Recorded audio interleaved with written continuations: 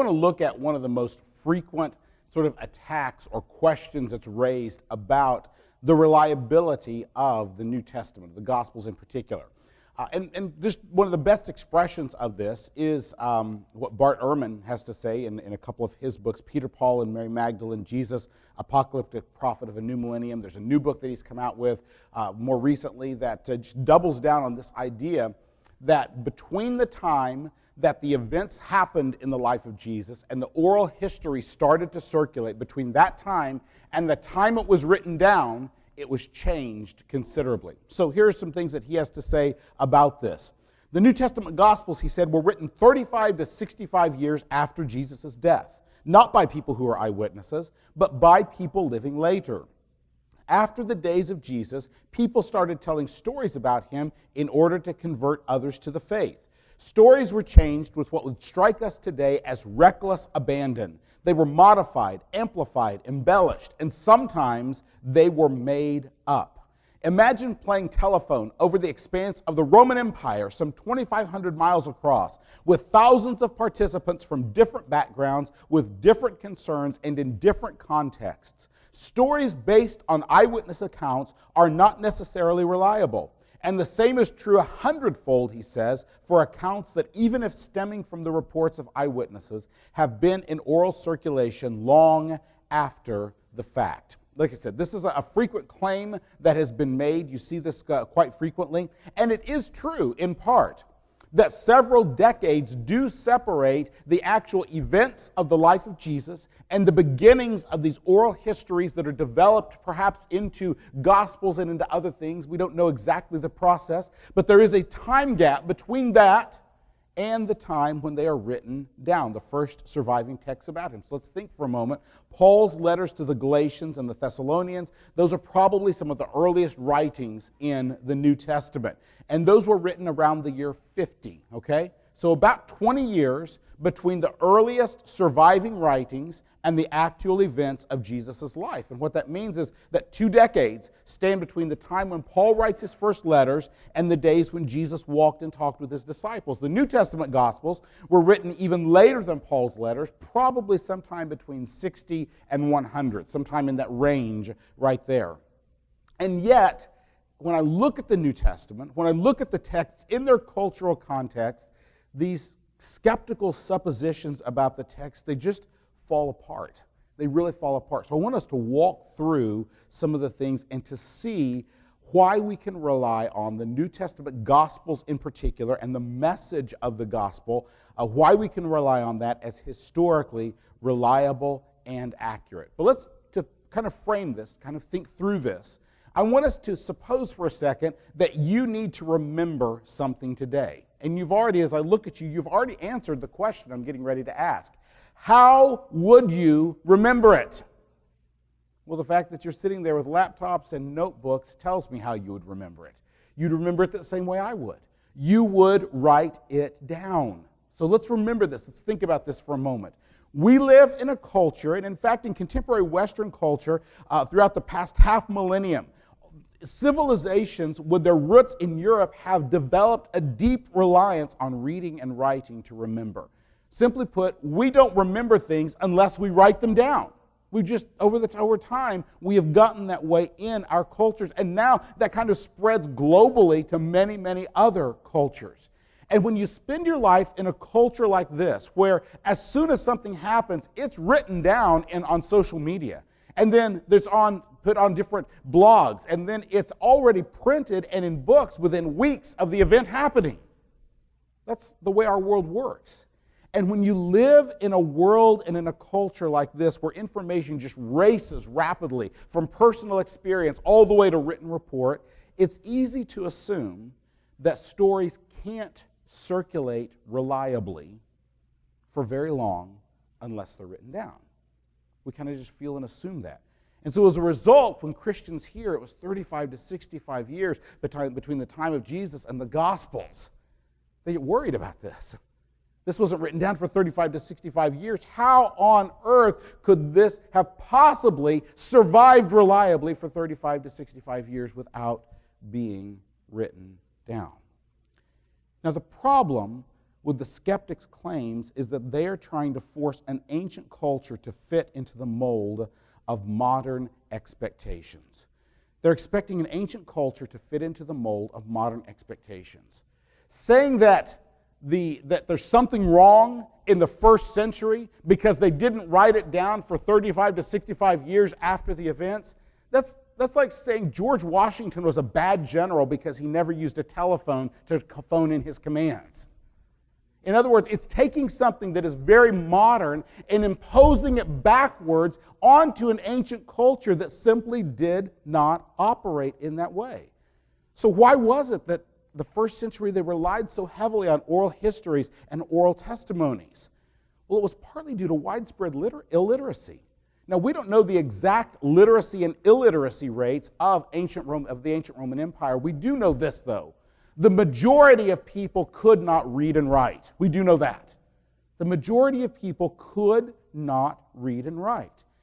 And in a context like that, spoken testimonies to truth that are memorized and shared in communities during the lifetimes of eyewitnesses were a far more fruitful form of information for people at that point, because most of them couldn't read and write. And so circulating it in oral histories and in oral testimonies was a better method for circulating these truths around. So the question becomes, what kept these oral histories, oral testimonies, from degenerating into an empire-wide game of telephone, as Bart Ehrman uses the example? And you've all played the game telephone, I'm sure, at some point in your life, where I absolutely hated that game whenever we'd have to do that. You whisper something to the next person, and that to the next person, the next person, the next person, and then at the end, they say the message that they've gotten at the end, and everybody laughs because of how different it is from the one that they started with. It's a dumb game. But that's what Bart Ehrman says is how the New Testament traditions, how they operated. He says basically what happened is a person told a person to a person to a person to a person, and in the process they got changed. They got muddled up. They got fabricated. Stuff got made up in the midst of this. Now, to understand this, I also want to point out a distinction between two terms. It's really important as you look at this. An oral history, okay, is one of these oral stories, these oral accounts that's passed on while eyewitnesses are alive. An oral tradition is one that circulates after the eyewitnesses are dead. Okay? That's just an important distinction in terms in that, and here's what's important. The New Testament never makes it to the stage of oral tradition. It is always oral history because it is written down prior to the deaths of the eyewitnesses. There are, even when the last New Testament book is written, there are at least some of the eyewitnesses that are still alive at that time. And so it never becomes an oral tradition.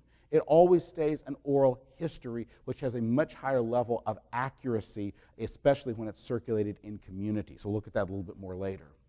But there's three facts that I want us to understand about this. First off, people in oral cultures were capable of recalling and repeating oral histories accurately. People in oral cultures were capable of recalling and repeating oral histories accurately. In the culture of the first Christians, for the Roman Empire, but especially among the Jewish people in the first century, many people were trained from childhood to memorize entire libraries of laws and stories and poetry and songs and rhythmic patterns and mnemonic devices. They were woven into these histories so that the learners could remember them and pass them on correctly. Now, here's what's interesting. This actually still exists in some cultures today. This is not something that's been completely lost. I worked at one time among the Native American people, the Lakota people of South Dakota. And in working with them, do you know what I found out? They have storytellers and story keepers that have preserved particular stories for hundreds of years with very few changes. And they do it by memorizing the skeleton outline, and then they can improvise within that.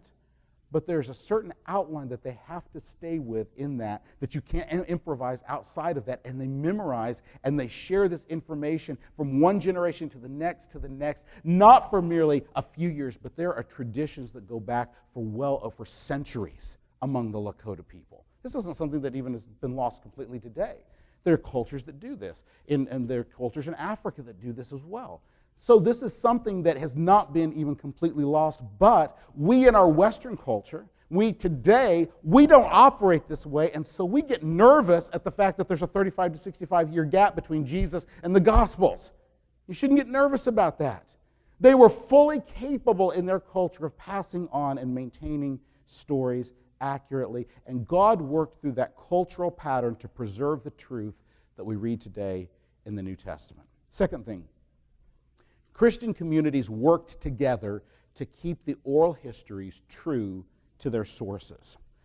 See, it's one thing in telephone in which the tradition, the history, so to speak, is getting passed by one person to one person to one person completely individually, okay? But that's not what was happening in the New Testament.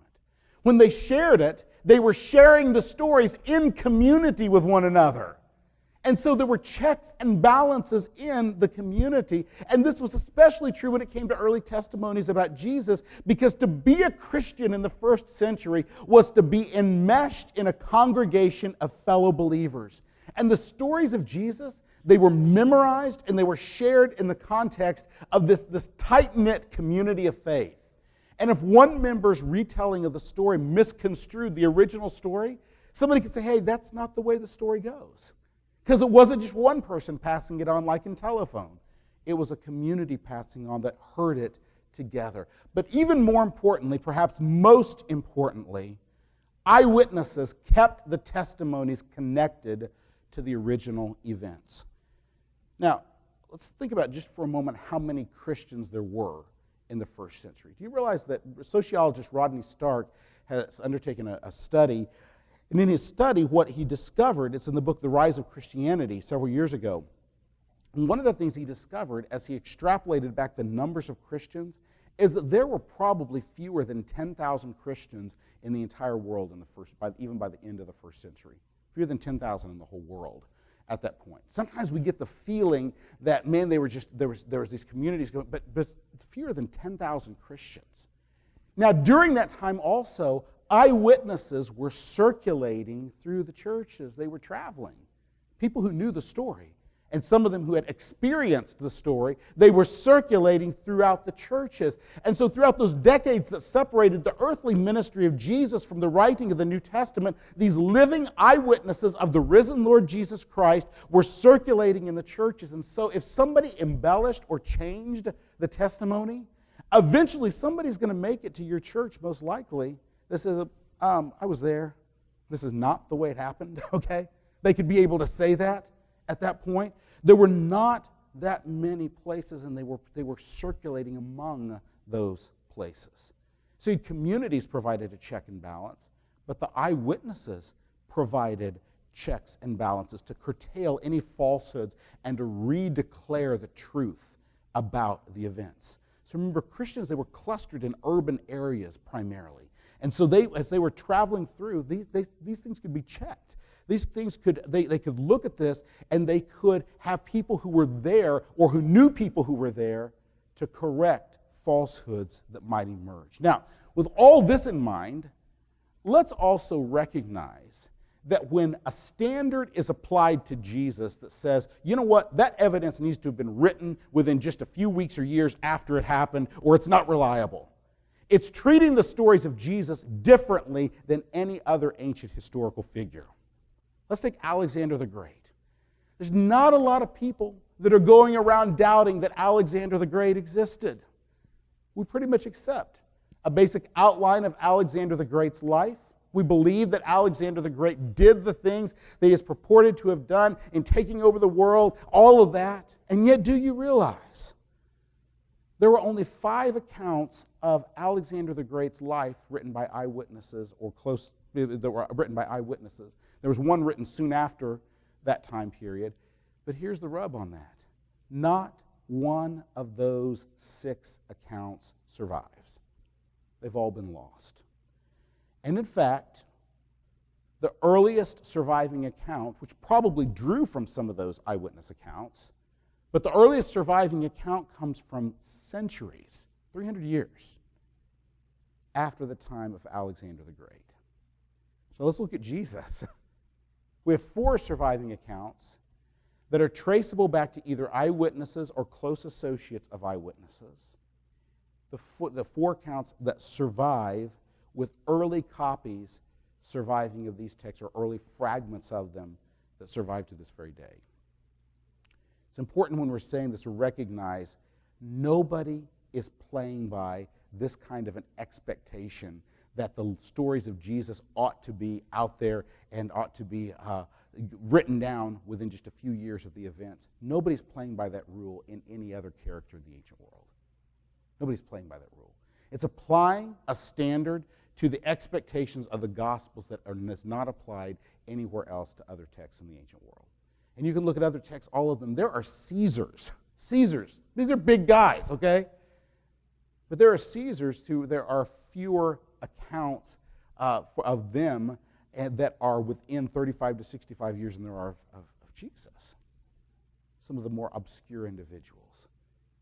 And yet, there's an expectation placed that this should have been, well, it shouldn't have been written down. In fact, when they begin writing it down, is the stories of Jesus, is when the eyewitnesses begin to die out.